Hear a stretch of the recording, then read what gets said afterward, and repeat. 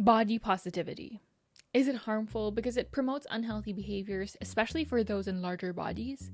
Or is it actually creating a safe space for everyone to feel comfortable no matter what they look like? Well, marami tayong maririnig na opinion dito, kaya pag-usapan na lang natin.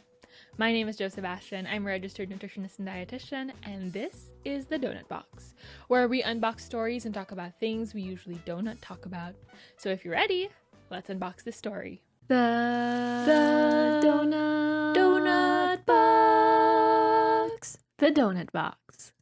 We are back again to film another episode. I know, ang tagal kong nawala at wala talaga akong excuse. Sa totoo lang, na-burnout ako. Right before April happened, I was ready to film a bunch of videos and then I just lost all motivation. Minsan may hinahanap ka talagang resulta. Naghihintay ka sa views, sa shares, all these things. It's part of creating content. So if you don't see the result that you want to see, it can be a bit disheartening. And then I started to feel burnt out. Sabi nga nila, ang burnout nangyayari kapag paulit-ulit mong ginagawa yung mga gusto mong gawin at hindi mo nakikita yung resulta na gusto mo. And that's exactly what happened. Also, in the month of April, I spent 16 days in Japan for 2 separate trips. And the first trip was exploring the Kyushu region with Elijah, where we ate delicious food, saw amazing places. And the second trip was a work trip with Panasonic. I call it my Japanasonic trip because Panasonic invited me to experience more of Japanese culture. Sobrang iba talaga pag pumunta ka sa Japan bilang turista at nakikita mo yung kultura ng mga Hapon sa lens ng tourist. Because, of course, you see the cleanliness, the organization, all of those things. But even more so when we jumped into Japanese culture from the perspective of creating Panasonic appliances and how they integrate that culture in, the craftsmanship, the precision, the hospitality, the respect, and values that they have really shows in. And this is not an ad for that. I do have content for that trip because it was a work trip. But I just want to share a little bit of the things that I learned. And there's a lot of intense things about Japanese culture. Syempre marami ring mga culture shock. Especially yung intensity sa time, strictness sa rules, and all of those things. But anyways, during the time that I was out, and even in Japan, I met a lot of you who watched the podcast, watched the vlogs, watched my videos, and support. Thank you so much for saying hi. If you ever see me in the wild, in real life, wag kayong matakot. Go ahead, say hi. I love that. But I met a few people, and some of them told me that the podcast was really helpful for them in their journey with their relationship with food and their body, and it's something that their younger self needed, at napaalala nila sa akin kung bakit ko ba ito ginagawa. Kasi para sa akin, ito yung kailangan nung sarili ko dati. You know, I needed this when I was younger, this type of conversation, this type of space, and I forgot. So to be reminded of that by those of you who watched and have loved or liked the podcast, it was really great. And it reminded me that it doesn't matter if you don't reach 1 million people. What matters is that you reach the right people. So we are back to film another episode. At bago kasi ako umalis para sa Japan, gumawa na ako ng post sa Instagram para sa mga topic na gusto kong pag-usapan sa podcast. Hindi ko lang natuloy kasi nga, na-burnout ako. Today, I want to dive into this topic more. So I posted a video of me giving the secret to having a flat stomach. And honestly, it was a little bit of a clickbait intro to talk more about how having a flat stomach is not necessary. It's not the whole version or vision of health, and it's actually more about your habits than it is having a flat stomach. And luckily and thankfully, it was received pretty well. But of course, there will always be a few people who take it the wrong way. And this is something that, not necessarily backlash, but I would get comments about in my content since before. Because I know that food freedom, intuitive eating, body neutrality, body positivity, body acceptance, all of these topics are not necessarily popular in the Philippines. Diba? Locally kasi, meron pa rin tayong mga values at pinag-uusapan pagdating sa kalusugan. And the things that I have shared and talked about are not mainstream topics locally, but they're pretty much a big thing. Like in the Western world, those are popular topics. So anyways, I've had these comments before where people are like, you always deserve to eat is basically saying or telling people that they should not care about their health, or you saying that counting calories is bad, parang sinasabi mo na okay lang na walang pake sa kalusugan. I've gotten those before. I've gotten that. That's okay. You know, I get it, because some people will take it out of context, or maybe the way I deliver it is not the message that I want. For some people, it doesn't hit that way, and that's perfectly fine. But one of the things that I always get asked about is what I think about body positivity. Now, I have my own thoughts about this, but I want to know yours as well. So I asked it on my Instagram, and we have your answers here in our donut box. So let's get unboxing. It's my phone, because we're saving paper. All right. So the first answer that we got is very straight up with the question of, is body positivity harmful? Yes. If we tolerate and glorify obese and stick-looking people, we should call a spade a spade.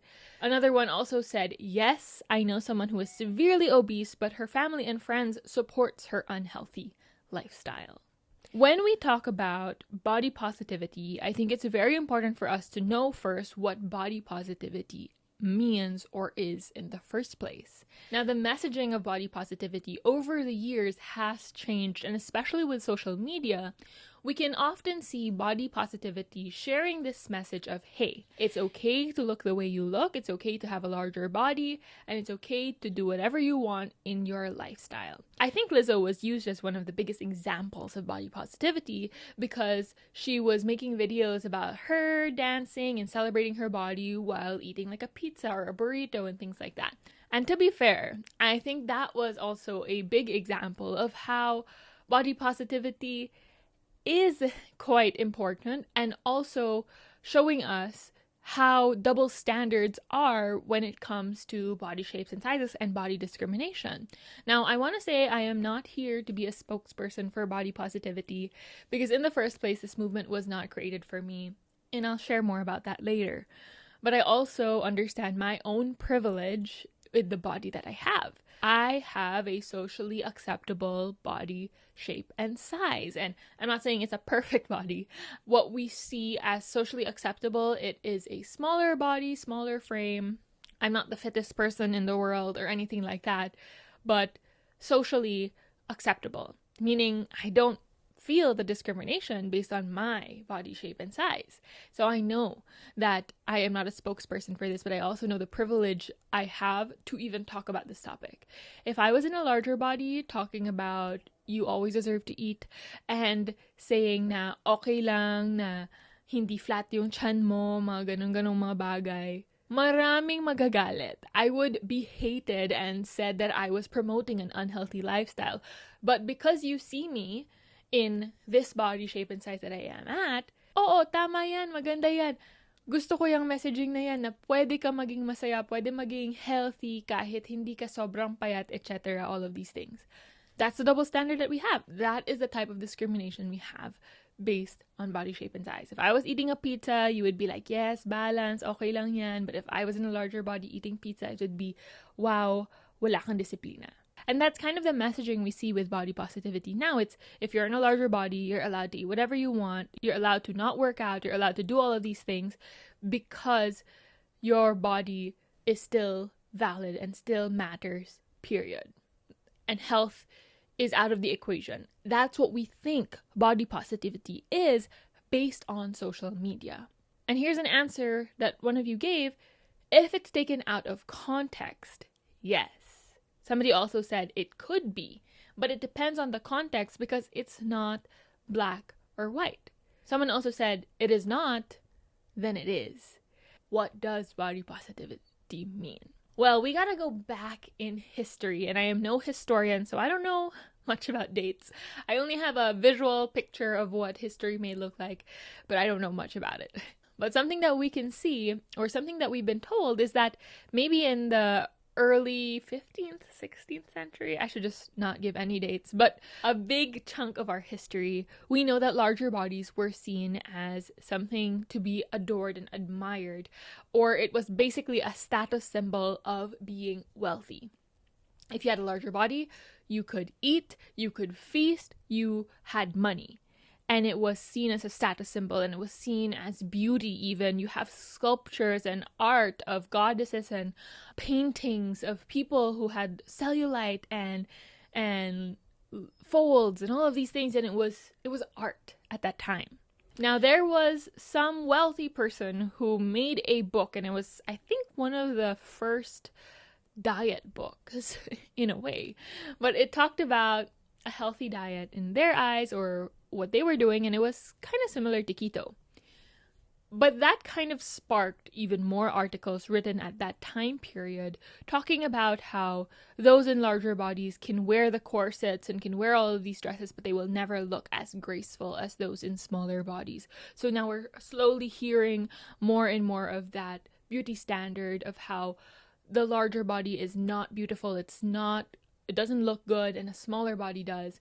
And later on, we see how large bodies are now put into more of a comedy role. Circuses would present those in larger bodies. People would be ridiculed based on their body shape and size, or it would be a pinpoint of a joke. And this was all centuries ago. Very similar to things that are even happening now. Standards that we had before was literally wearing a corset and having the tiniest waist. And we know how corsets are so harmful for the body because it squishes all of your organs, and especially if you're wearing them for so long. Fast forward into the 1960s. The 1960s was very big in rallies and protests, specifically because white supremacy was being protested. The patriarchy was also being talked about and trying to be dismantled at that time. All of those things. One of the other things that were being fought for was the fat acceptance movement. And this is where body positivity originated and came from. In what I think was 1967, there was the Fat In. Essentially, it was a protest, or it was a rally for the fat acceptance movement. And the fat acceptance movement talks about how there should be no discrimination based on your body shape and size. See, at that time, discrimination was happening in the workplace. Those who were in larger bodies were not getting hired. There was discrimination day to day. You're walking on the road, you get insulted, you get thrown stuff, all of those things. Now, I think a larger part as well of why the fat acceptance movement turned into a rally and a protest was because this was also a time when we were fighting the patriarchy. And to be fair and to be honest, a lot of discrimination based on body shape and size was geared towards women, which was then, again, another example of the patriarchy. Horses. Barbie movie. Madaming mga nasasaktan o hindi nakakakuha ng mga dapat nilang makuha dahil sa katawan nila. This was happening, and that's why this protest happened. Now, during that time, there was a small group that was a very radical group for the fat acceptance movement, which is also something that kind of fizzled out. But the body positivity movement has been something that's passed over through the years until now. Pag sinabi nating body positivity, ang totoong ibig sabihin nito ay para lang natin maintindihan at malaman, dapat may respeto tayo sa lahat ng tao kahit anong size ng katawan nila, kahit ano itsura ng katawan nila. Body positivity at its core reminds us all bodies are valid, beautiful, and allowed to exist as they are in our world, and we cannot discriminate people based on that. But like we said, that messaging has changed over time based on either social media or based on what part you are at or what community you are in. Siyempre, sa lahat naman kasi ng mga grupo, tsaka lahat naman ng mga movement na alam natin, meron talagang mga napaka-intense, napaka-radical. Politics, for example. In terms of like the right and the left politics, majority of these groups are pretty sane and pretty easy to converse with and have these open-minded conversations. However, the one you see on social media are the ones that are the most radical, the ones that take these movements to the extremes. Kaya yun talaga yung makikita mo. Kaya siguro yung 5% na mga sumisigaw na body positivity, dapat payagan ka lang kumain ng kahit ano, dapat hindi ka na mag-exercise, okay lang yan, dapat kung ano man yung itsura mo, okay na yan. That 5% is the loudest. and you don't hear the 95% that talks more about how body positivity isn't necessarily about condoning unhealthy behaviors, but giving people a space to exist safely and healthily. That's what we talk about when we talk about body positivity. So it is harmful when taken out of context, but at its core, there's so much more to it. Someone said here, no, but just like everything else, may limitation dapat. Yes, body positivity tells us that we should love our body, we should be proud and confident in it. But there are definitely those aspects to the proudness and confidence should always relate as well to how you take care of it. Now, here's an answer that I think is very, very helpful for us. I believe it becomes harmful when it runs into toxic positivity territory. You can't just tell somebody to be happy and smile more when they're not. I think everyone is allowed to be unhappy with their body parts and certain parts of it. I believe that we don't always have to feel positive in our bodies, and we are allowed to feel like we would like to change certain parts of ourselves, and sometimes body positivity can get in the way of self-improvement. In contrast, I think body neutrality can be a lot more helpful and gentle. Similarly, somebody said, it can be a good thing, but some fitfluencers make it highly contradictory. So another thing that I think gets out of context with body positivity, and I think that takes on with the name of body positivity, is of course the central idea of you having to be positive about the body that you have and you having to love and accept it and all of these things. Yes, body positivity talks about that, and that is something that is, in an ideal world, we would all be able to love and accept our bodies. And this is why I don't think body positivity was created for me, or something that I don't even think that I promote body positivity in a way. I really move more towards body neutrality. It's so hard to tell people to love their bodies when they've been told for years to hate it. And I don't even wake up in the morning and be like, I love my body, I love my arms. It's so hard for me to say that because I don't feel that. With a similar idea of being able to know that all bodies are valid and you have to respect your body, but body neutrality doesn't tell us that we have to be confident or that we have to love our body.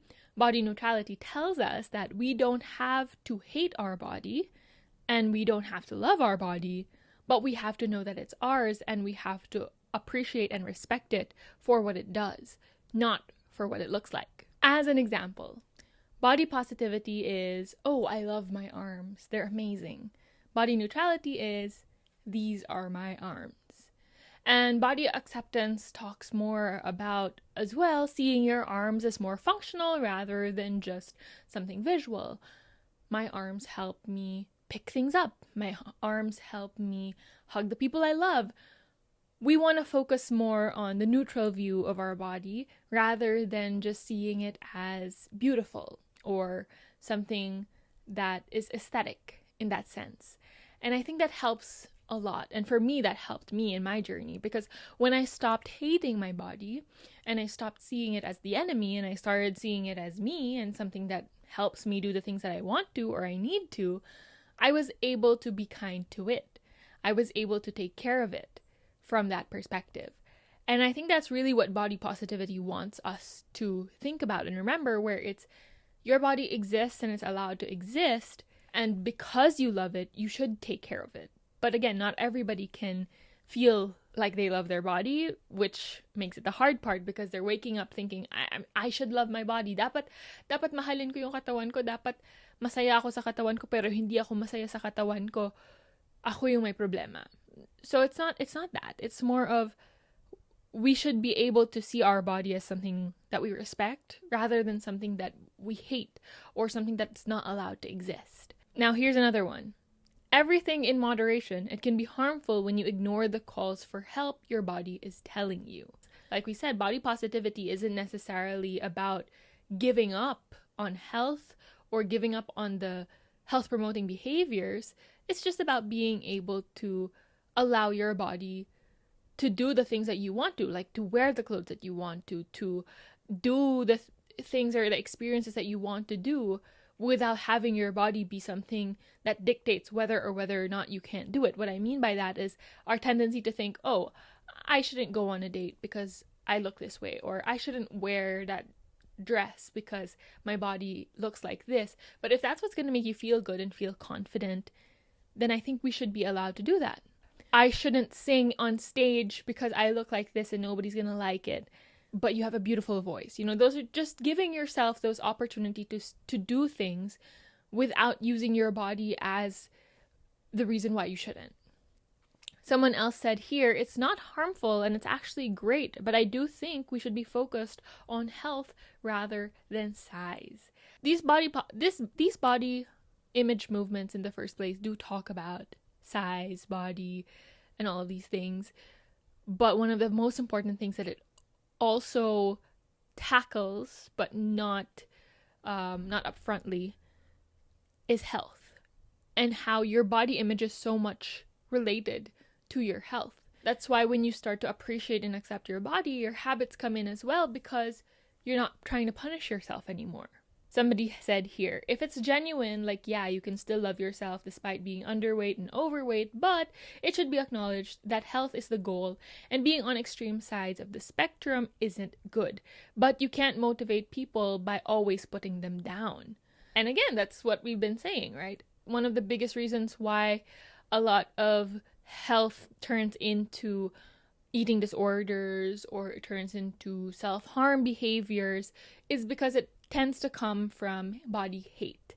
And that's why we have to create safe spaces for people to believe that they can exist in no matter what shape and size they are, because it gives them motivation to work on themselves. But that's also not for everyone in that sense, in the sense that we are talking about the ideal general population, and we tend to forget about the extremes that happens on the spectrum. And it's easy for us to say that it's good for people to be motivated by positive energy of being accepting of their body, but there will always be those percentages on either side of the spectrum that either thrive off of the tough love or that sort of negativity, and what we're just talking about what we tend to see, because studies show that 95% of those who do restrictive diets tend to gain the weight back and more within 5 years, and that's more to do with the behaviors rather than the weight loss itself, because most of the time the behaviors are very unsustainable. And we come back to health being a systemic issue too. We can't just put it down to the individual's choices of working out and eating well when there are other factors that affect health beyond the choice that you make every single day. And that's accessibility, availability of food, that's your political climate, that's your access to resources and goods and all of these things. Body positivity is one thing that talks about us being able to be kind to each other no matter what our bodies look like. At the end of the day, when it comes to health, we shouldn't rely only on body positivity as the thing that is creating unhealthy behaviors, because it is still a systemic issue. Body positivity can be harmful if you know you have high blood or diabetes and still embrace it. I'd rather be on HAES. So HAES is another movement that's been popularized, which is health at every size. It's also been taken into negative context where people think it means healthy at every size. Health at every size talks about how no matter what size and shape we are, we should be able to have the same access, the same opportunities when it comes to health. Because most of the time, those in larger bodies will come to the doctor and automatically just be told to lose weight without having a proper assessment done. Or those in smaller bodies would probably receive the same treatment. Oh, you're thin, you're fine with your BMI, you know what, you're healthy, you're good, but there could still be underlying causes. And there's discrimination that tends to happen. And health at every size tells us that no matter what shape and size you are, you should be allowed to have that same level of experience or that same level of treatment for that. And we are allowed to achieve health at every size depending on our health behaviors, but it's not saying that everyone is automatically healthy at every size.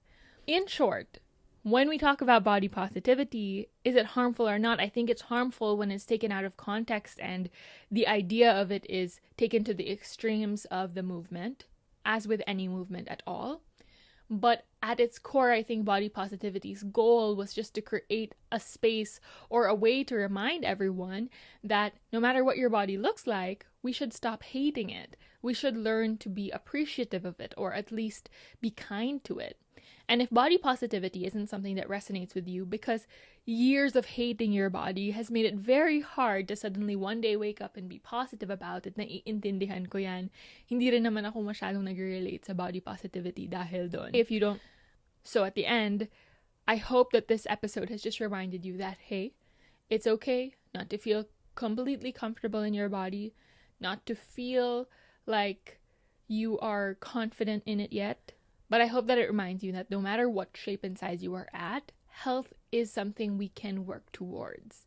And just because you're not perfect in your health behaviors doesn't mean you're not trying. And also remember that there's only one side of the story everybody sees. You have to do what you need to do to take care of yourself. And you're allowed to do those things. But hopefully we do them out of kindness.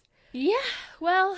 That was a loaded question and that was a loaded topic. And honestly, there's so much more that we have to talk about when it comes to body positivity.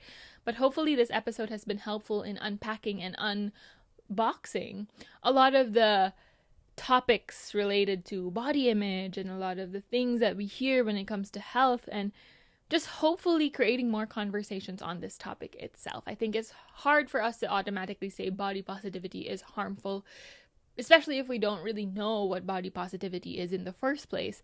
But it's also hard for us to say that body positivity is helpful because it has affected a lot of people in many ways. So it's very important to first educate, understand, but also focus more on the message that health is about health-promoting behaviors, and we should all have access and means to reach these health-promoting behaviors.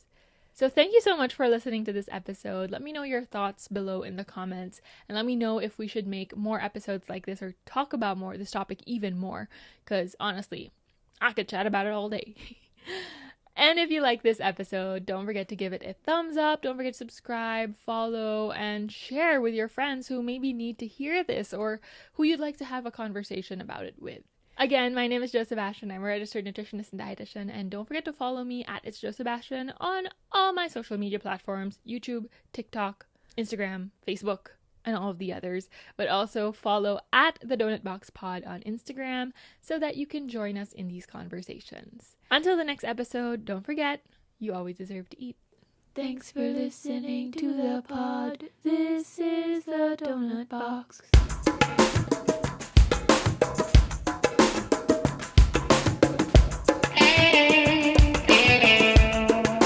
Hey.